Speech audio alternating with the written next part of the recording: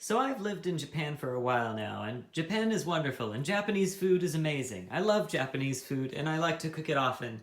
But today, I am not cooking Japanese food because even really good things, after a while, you just get tired of, and sometimes you want something more homey, I guess. But yeah, Japan has pizza, but their pizza game is really quite sad, I find. Even Pizza Hut here doesn't really quite taste the same as it does back home. And like, they do have some pizzerias here, but when they do have pizzerias, the types of pizza that they offer are always rather unusual. Other than their margarita pizza, everything else has like mayonnaise or shrimp in it somehow, and it's sad.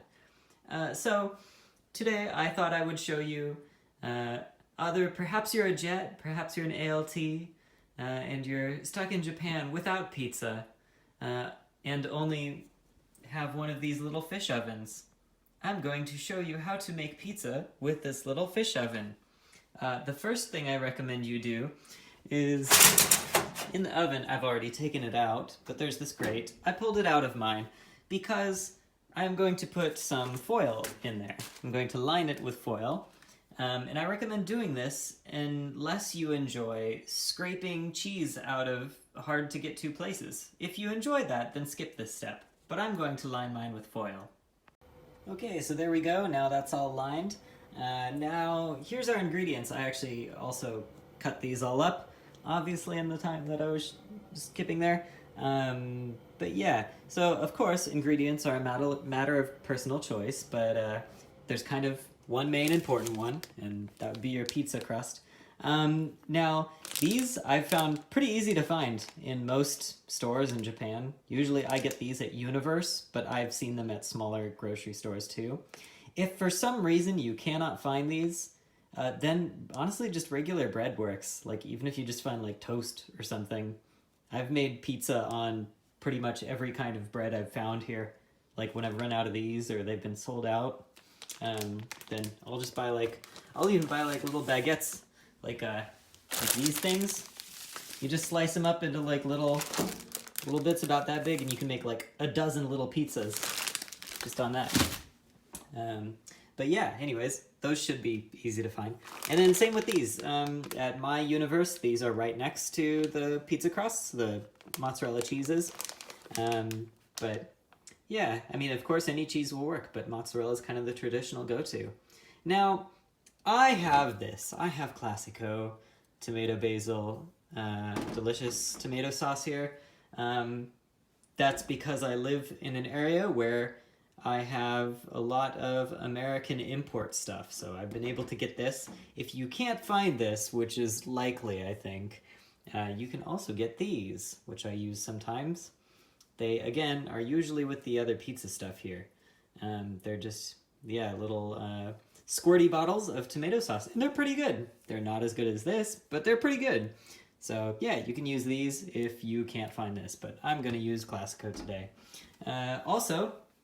Yeah, here's the other ingredients, of course, all a matter of personal preference. If you're an interesting person, then you'll use pineapple. I'm an interesting person, so I'm of course using pineapple, but if you're boring, you don't have to use that, or if it's like too much for your, weak taste buds, and that's okay, you can skip it. But yeah, also, I always like to put a little garlic on mine. I've got like kind of an assortment of colors here. Whenever I make any food of any kind, really, I try to have a nice like spread of colors. I like a nice diversity of hues on my food rather than it all being brown or whatever. So yeah, I've got some red stuff. I've got some little red bell peppers here I've chopped up, some tomato, white mushrooms. You're not really going to see the garlic because it's going to be underneath everything. I'll show you that in a little bit. Yeah, nice yellow pineapple. Now, I've got spinach, but the spinach will go, like, underneath. I'll show you in a little bit the way I'm going to layer it, but you're not going to really see the spinach. So I've got some grunions.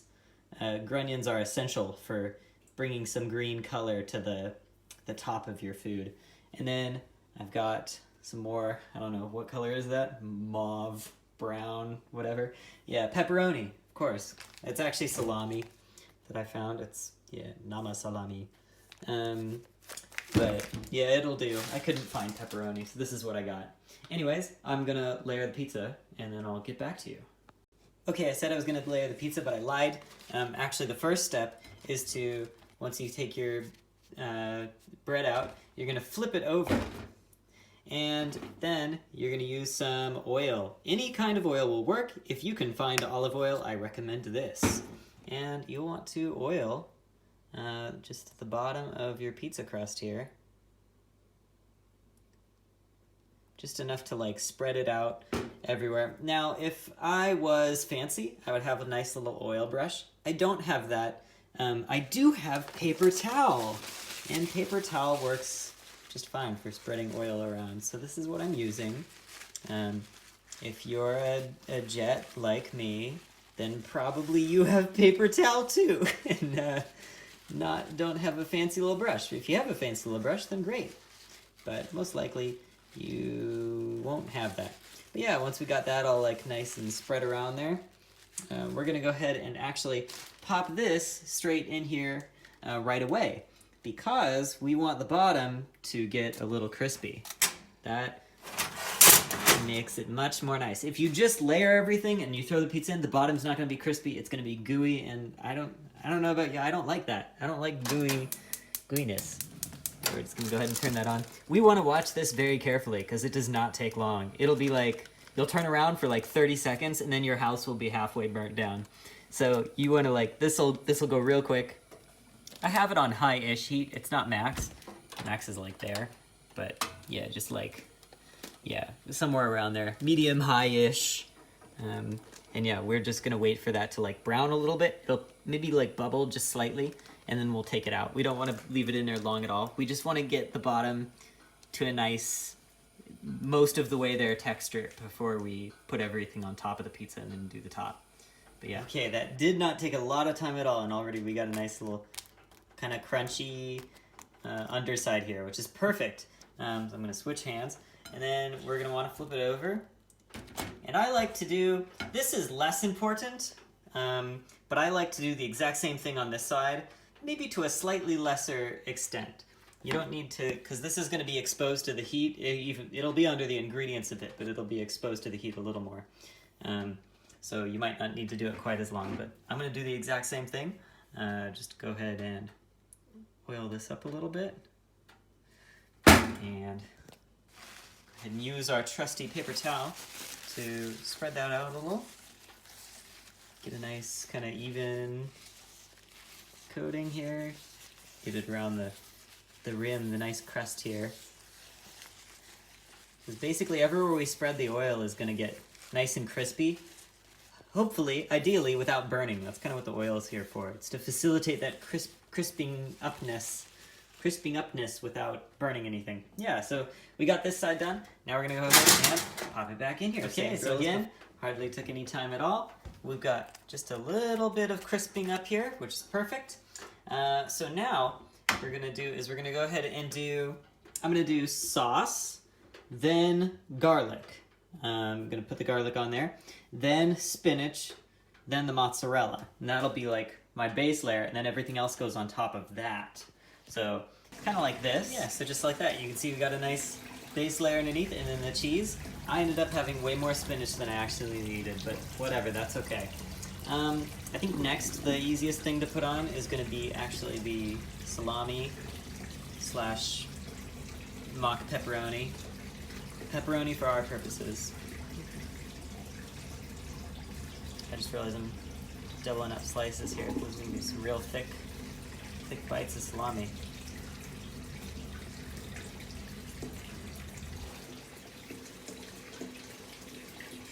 Ooh, let's do a little spirally kind of dealio there. Oops, I knocked it off. There we go. That'll do. I have a couple pieces left, but that's okay. We just eat these. Okay. So I think next, mushrooms, probably the easiest. Yeah. You should be able to find these kind of mushrooms pretty easily in Japan. There's like, I think Japan like any country has one of the widest like assortments of mushrooms that they eat, like just on a daily basis. So it's a pretty good country for mushrooms. There you go. And then next I'm gonna do my peppers. Wow. Decorating pizzas is so fun. I love this part. And decorate. Sprinkle those all in there. Nice. Nice, nice, nice. And you can throw in a couple slices of tomato. Be extra fancy. Try to do. I realize I probably should have actually thrown the tomato in underneath some of this other stuff and then like cook the tomato a little bit. But that's okay. And some pineapple. Get that pineapple in there. The most important ingredient.